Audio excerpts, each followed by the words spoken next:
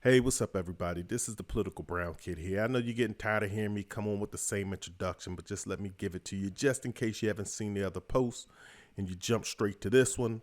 For whatever reason, maybe the title intrigued you or something to that effect, or maybe you just overlooked the other posts. If you've overlooked the other ones, I really highly recommend that you go back because the other ones kind of provide you with a little bit more context around why I set up this platform and why I'm doing what I'm doing and why I'm saying what I'm saying.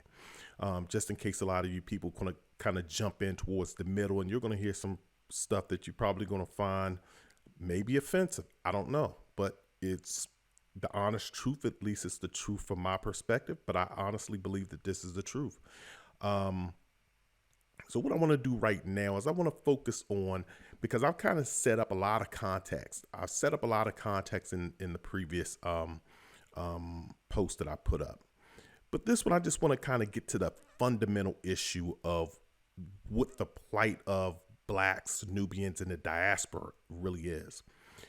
Because it's pretty, I'm not going to say it's straightforward. It's not simple. It's complex. It's really it's a matrix of a lot of different issues you all know. But I want to just kind of use this one to kind of set up where we're going to be going at with future posts. Because, again, like I said, if I try to summarize all of this up in one post or even one book, it would probably be as thick as the Bible. If it was a book, it'd probably be as thick as two Bibles when you're talking about issues within the black community and why there's a struggle there and what we need to do in order to progress. And if it was, through an audio medium, such as what I'm doing right now, it would be about 40, 50 hours. And I know a lot of you eyes would probably gloss over and you'd be asleep with your head on your keyboards at that point in time. But the fundamental issue is this, because I'm going to jump right into it. The fundamental issue with us, if you're black, like myself, or the fundamental issue with blacks, if you're non-black and you're just listening in, trying to hear what I'm talking about, is that, to be honest with you, we're about 150 years behind the rest of the world. And that's not being disrespectful to the black race. I'm not trying to say that, we're, backwards people or anything like that. I'm just pointing out a literal fact that from when you look at things from an just a socioeconomic perspective, we're about 150 years, and I'm just guessing. I'm really just guesstimating, be honest with you. But we're a long way. We're decades behind the rest of the world in terms of being able to effectively interact with those other cultures, other races, while still moving forward as a people, as black people. And if you think about that, because the reason why I say about 150 years, because there's a lot of things that have been missing from blacks. First and foremost, we lack a nation state. You think about colonialism and or blacks that were captured and brought to, throughout the diaspora, whether that be to South America, North America, Europe, the Caribbean. You just had either colonization or you had individuals who were forced, captured, bound, and put into slavery. And, we've talked to you pretty much, if you're American, you know about that experience, but we haven't even talked about the experience in Africa, the colonization. You look at Africa, there's really no nation state there amongst those nations. You have South Africa, and then you have about 50 or 60 different countries running around in Africa. On one continent, you have Nubians on one continent, Egypt, Egypt, North Africa, South Africa, West Africa, East Africa. You have all of Cameroon, Liberia, Kenya, Ghana, Nigeria. And we can go on and on and on.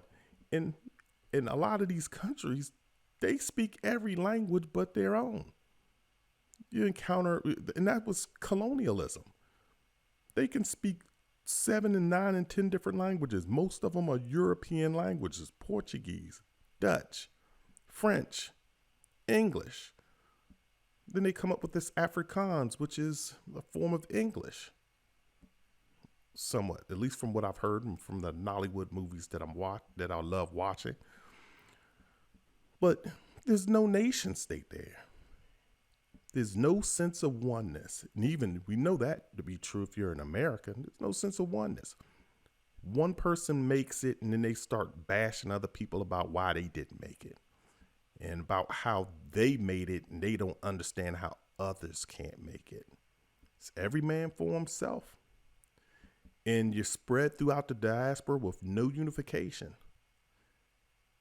You look at it from that perspective, the economic power in Africa, as well as the blacks here. I've already ran through the numbers in previous posts. You can go back and check the economic numbers that I put out there. And those aren't numbers that I made up. Those are actual data points that I've gotten from either the American U.S. Census Bureau or from other credible sources. So the American blacks you have 0 industries that you control. You don't control not one industry, and not even the ones that you dominate in: sports, music, film. I mean, you dominate in football and basketball, somewhat even baseball. You have a heavy presence there. You don't control or own not one team. Well, there's one team in basketball. Magic Johnson's a minority team, or he's a part owner in a baseball team. So that's 2. And one of them is has a controlling interest. And like I said, Magic Johnson is a part of a group ownership. But you think in football, with as many black people running around on the football field, there should be about 25 black owners of those teams. You barely have coaches. You barely have coaches and general managers in football. Here it is, 2020. You've been dominating football since 1970, maybe 60. I'm definitely since the 70s, and you can't even make it into management, yet alone own a team. You would have thought by now somebody would have started their own league and all of the blacks would have migrated there. That's for another blog that I'm going to definitely put up. That's definitely another podcast, which we're going to talk about. You don't own anything. Music, you don't own anything. You may own a sub company that's distributed by a major company. And film. Let's go back to the athletes. Most athletes answer to a white owner. I've already talked about that. And if you don't answer to a white owner, you're guided by white representation, whether it be an agent or manager. And those people are making moves on your behalf. And you would think that at least, like I said, in some capacity, that if blacks dominate basketball and blacks dominate football, 2 of the biggest sports, at least in North America, you would think that your agents would be predominantly black. Your biggest agents that have a biggest block, that have a lock on all of the players, should be a black. You should at least dominate the agents market. The sports agencies should be dominated by blacks. It's not. And black businesses are quick. The few black businesses that you do have, they're quick to turn their business endeavors over to non-black executives. That's just the way that it is. I mean, Def Jam was ran by Liar Cohen. I can go on and on and on about the businesses that the few black businesses that were billion-dollar businesses are fundamentally run by whites. We don't promote our own. White people promote their own people all the time. They'll promote black women in a heartbeat. And we're going to talk about that with the black man, what the white man has going on with the black woman and his desires for the black woman and this new 21st century bedwenching that you see going on. We're going to talk about that. That's not for this post. But they'll promote black women in a heartbeat. And the black woman, her loyalty is not to you. And black people, period, they don't have a loyalty to one another in the office place. Black people try to distance themselves from one another within an office place. Because again, they lack a nation. They don't want to seem like they're in cahoots. They don't want to mess up their rise to the top, so they disassociate themselves with other blacks. They just do. But the black woman will get promoted all day long. Black man, he can have 35 degrees. He's not going to get promoted unless he's a certain type of, he's a docile, mild-mannered, he's a non-threatening black male. They'll promote him. He can have a high school diploma. And just so that they can have their quota, so they can have their one, he's going to be the one that's going to get promoted. I'm just telling you, these are just facts. You've gone through slavery. Look at this. You've gone through slavery. The psychological trauma that came with slavery. I mean, just think about it. Slavery, colonialism, that's a lot of trauma. Jim Crow, segregation, apartheid. You went through a lot psychologically, being told you look inferior to others. You look like a primate. You look like a gorilla. You look like a monkey. These are terms. I'm not making this up. These are factual things that they've done. The blackface, the Al Jolsons, the minstrel shows, just the psychological trauma of telling you that you are ugly, you are inferior looking, you are just nothing. And we in Europeans or Caucasians or the status of beauty, or lighter skin is the status of beauty. Darker skin is evil. Darker skin is ugly. This has been ingrained for hundreds of years. Hundreds of years. You've been converted to Catholicism and Christianity, which they use to subjugate you. And then at the blink of an eye, well, I can't say it's a blink of an eye. Look, I wasn't even there. None of us was there during the Civil War when all of that shook up and played out. But you can pretty much say the blink of an eye because you've been in bondage for hundreds of years. And then in a period of a couple of years, which is pretty much a blink of an eye if you think about in relation to how long you've been in slavery, you were freed. Okay. You're freed to do what? What was the exit plan? I didn't read in any of the history classes that I took any exit plan. What was the psychological counseling that you received?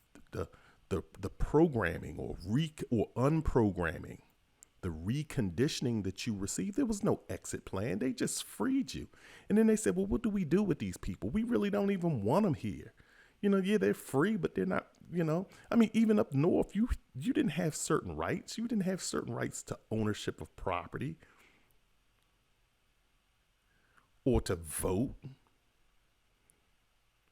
Like I said, you were freed from slavery, and then they took every other opportunity to say, well, we got to free these jokers because they say we have to, and it's the right thing to do, but they're still not on our level. So let's implement Jim Crow. Then once Jim Crow kind of faded out or turned out of favor or became, obsolete, then they turned to segregation. Yeah, okay, well, we can't do Jim Crow on them anymore. They say we can't hang people anymore. We can't do that type of stuff anymore, the Jim Crow stuff. So we can't drink out of the same water fountain with these people, though. We can't go to the same schools with these people. And then segregation occurred. They can perform for us. They're good. They're great entertainers. They can perform for us, but they're not going to eat in the same places that we're going to eat at. This is psychological trauma. I'm just giving it to you, and God knows what they went through in Africa. I wasn't there. I can't speak on it. It's just a psychological conditioning. And then blacks were conditioned to view African brothers and sisters in the homeland of Africa as a whole as being uncivilized and degrading, a degrading place where, Africans, and then Africans turn around and were conditioned to view black Americans as being shiftless and lazy. You had no unity. You still don't have any unity. I had black people today walking around, seriously, walking around in the office, saying it with pride. Yeah, I'm going to Spain. Yeah, I'm going to London and Europe and Paris. Oh, I'm going to take a trip to China. I'm going over to Singapore. They say it with pride. I've yet to hear somebody say, oh man, I'm going to Africa. I'm going over to, well, you can't, going to the African continent. I'm going to South Africa. I'm going to Nigeria. I'm going to Lagos.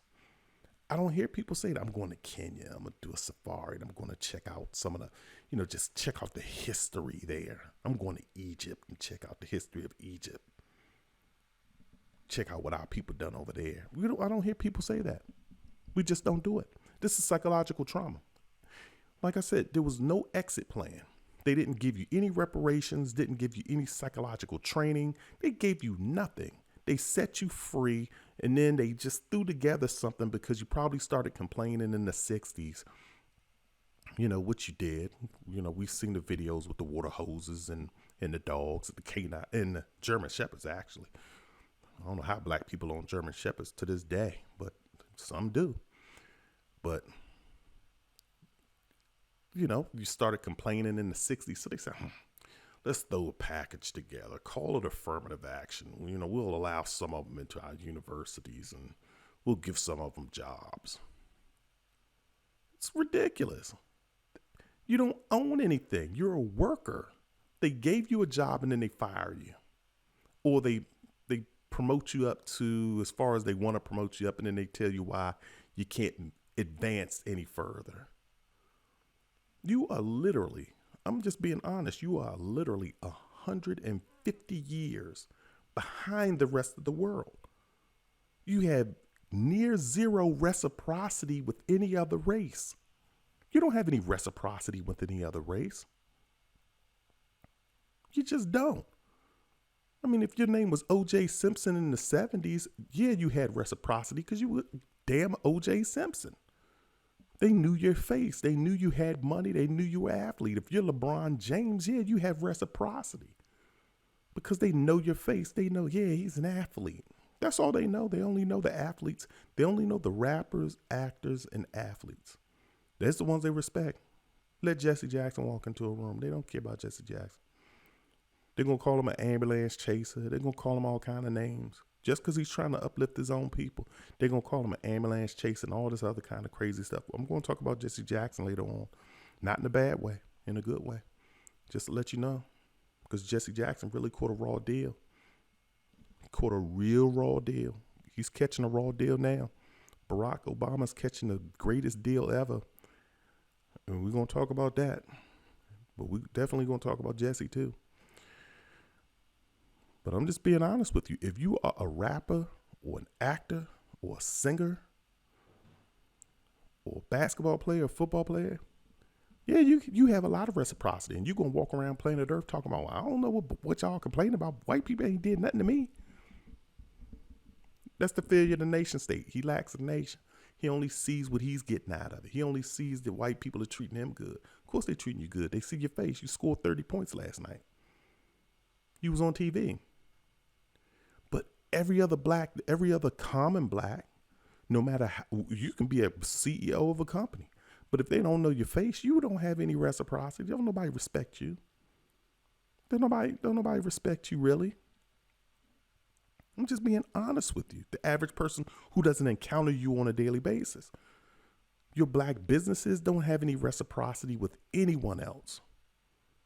Everyone comes into your neighborhood to establish a business. But they don't spend their own money there. I'm just going to be honest with you. There are a lot of Asian businesses. I mean, hey, I like Asian people. I'm not trying to pick on you, but Asians have their own supply chain.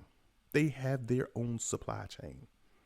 And they're going to set up shop. They're going to set up shop in white neighborhoods. They're going to set up shop in Asian neighborhoods. They're going to set up shops in blacks neighborhood. But what I'm trying to tell you is these businesses, they don't have reciprocity with your businesses in your neighborhood. And them as citizens, they're not going to come to your neighborhood and say, oh, you know what? I need to go shopping. Let me run on over to so-and-so and get me something to wear or something to eat. Or let me go buy a car. Or let me go use this accounting firm over here in this neighborhood. You don't have any reciprocity with anyone. All of your dollars, and my man who wrote Black Labor, White Wealth, I forget his name, right? Everyone's name always goes out of my mind. Maybe my brain freezes up when I'm recording. But Claude Anderson, that's his name, Claude Anderson. Black Labor, White Wealth. Claude Anderson says everything that I've been meaning to say. I was going to write a book one time.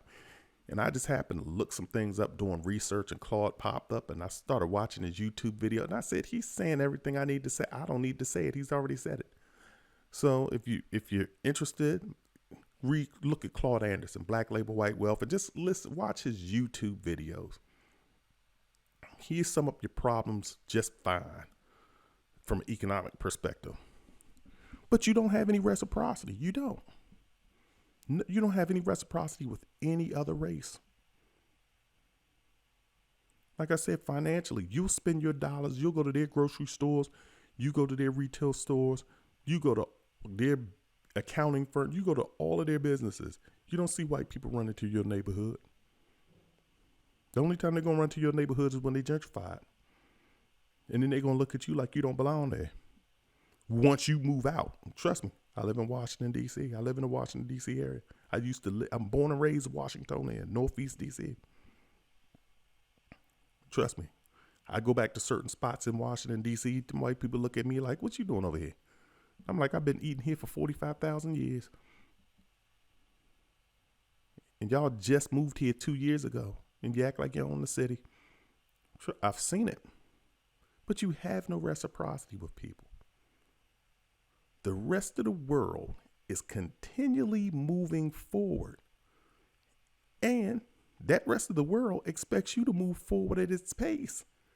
But you haven't effectively resolved your own issues from slavery, colonialism, Jim Crow, segregation, or apartheid. That's what I'm trying to tell you.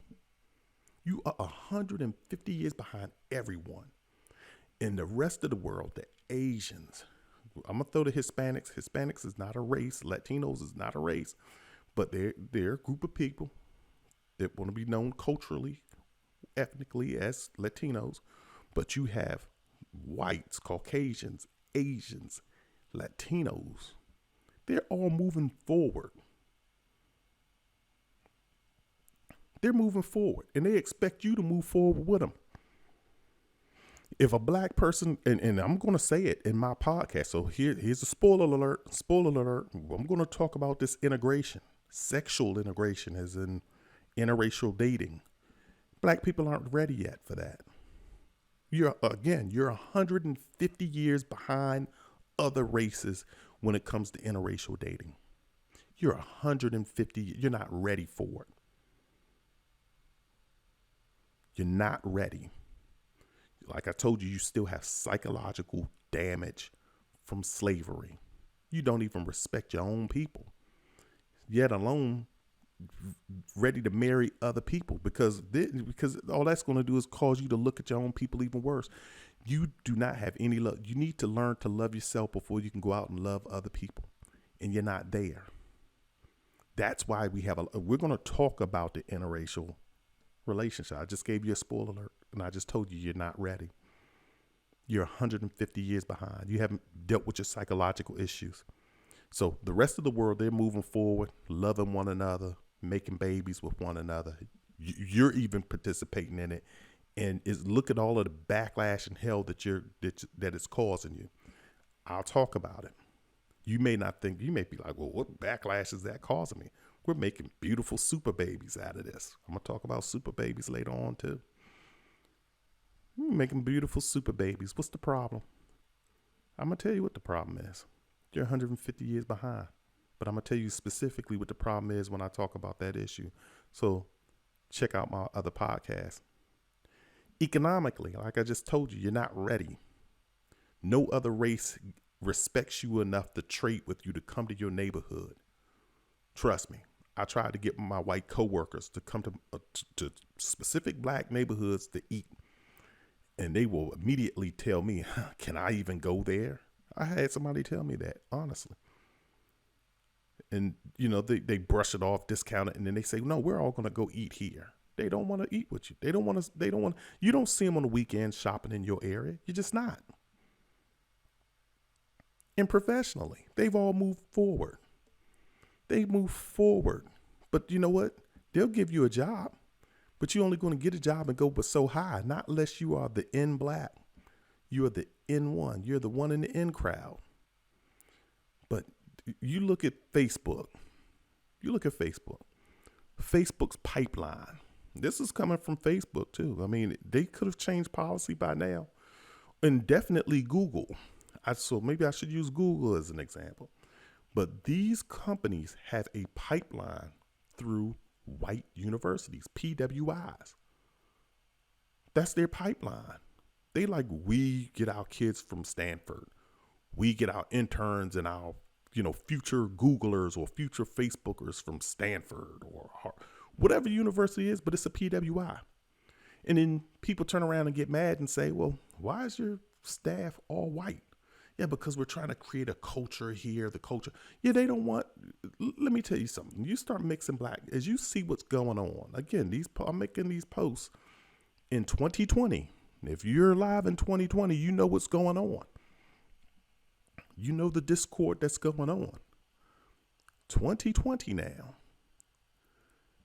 Black people and white people are just in different space. Even before 2020, I'm talking about, you can look at you can go back to when Obama was elected. You had black employees at Facebook, and this is a true fact.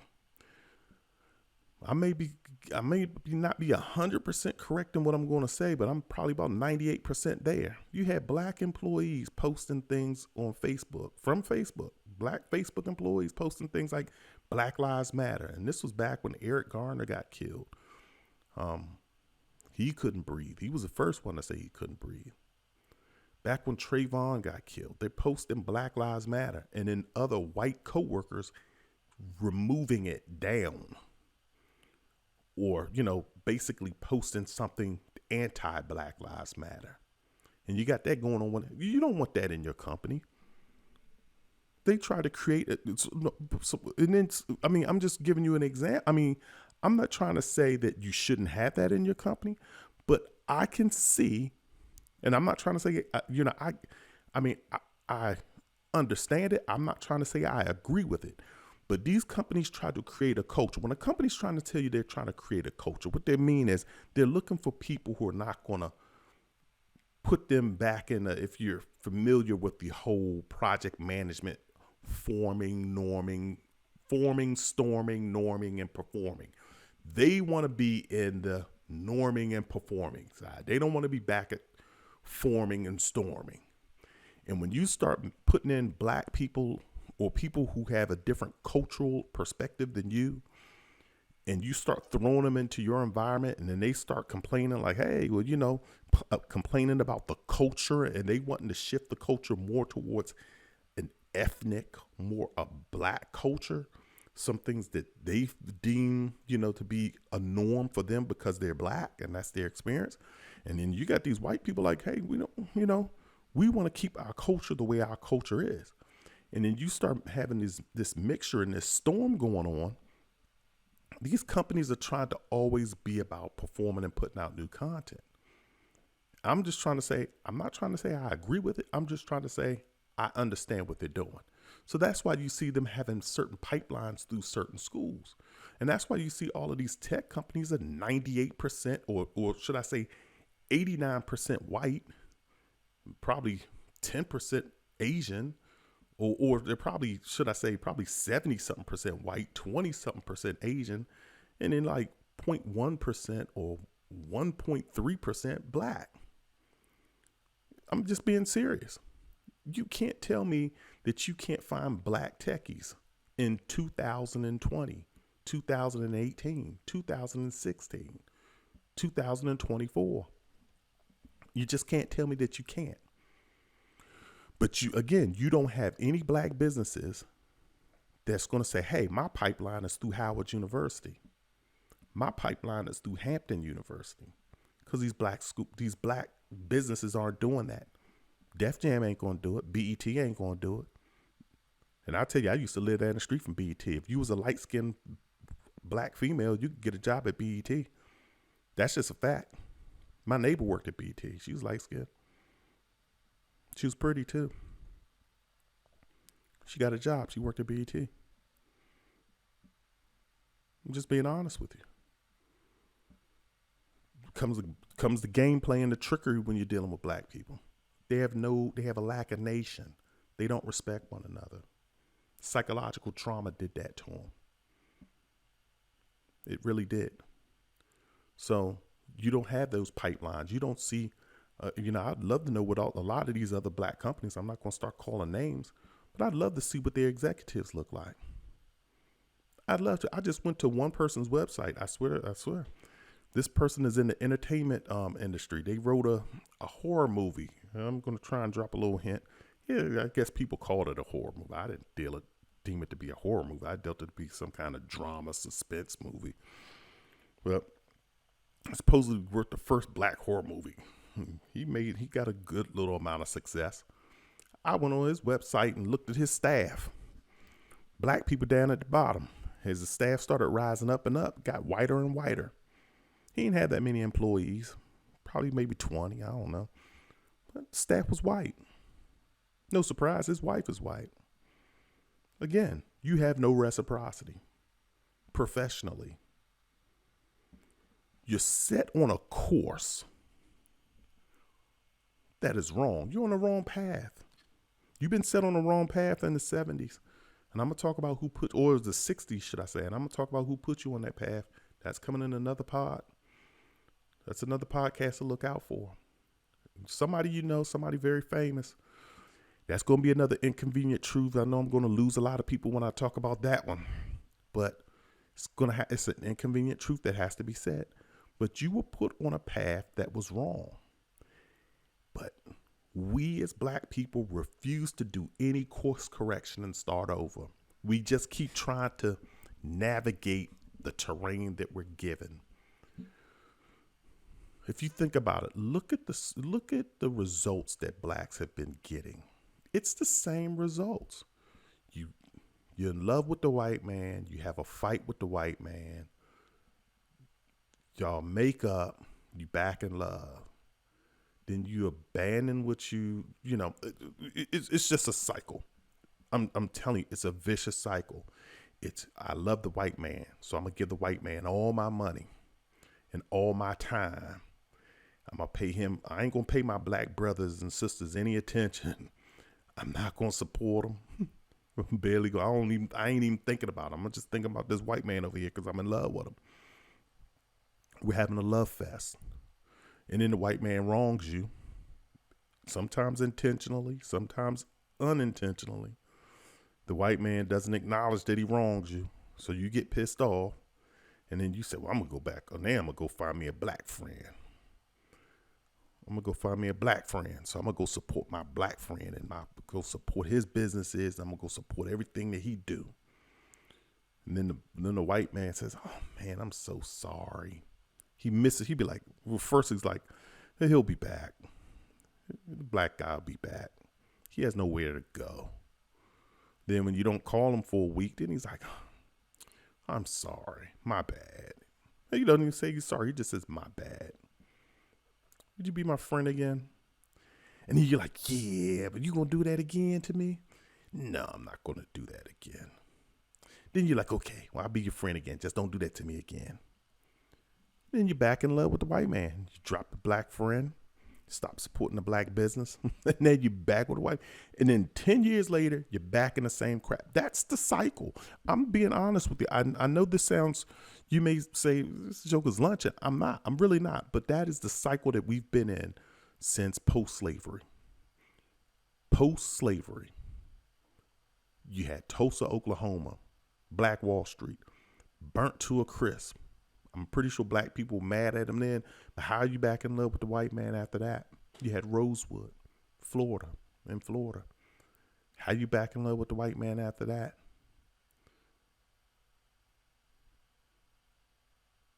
I mean, you had whole segregation. You had Jim Crow. You have now you have a whole bunch of either shootings or,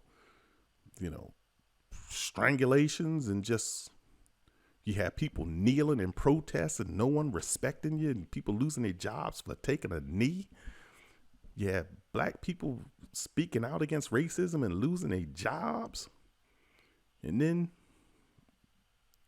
10 years after they done lost their jobs and they probably had to put their house up for sale for bankruptcy and then messed up their damn credit, then the white people come out and say, oh, you know what, we were wrong. Now our position is black lives do matter. And then these people be like, well, damn, I done lost my job. I've been out of work for 5, 10, 12 years. I ain't got a check in 10, 12 years. Well, yeah, we're sorry about that too. But if we say I'm sorry, would you be my friend again? Yeah, I guess so. Would you gonna do that to me again? Nah, probably not. I've learned. And then you back friends with them. But at some point in time, you have to get out of this cycle. You just have to be like, bump it. I need a new best friend. At some point in time, you have to course correct. We're going to talk about the course. I don't want to give that away right now.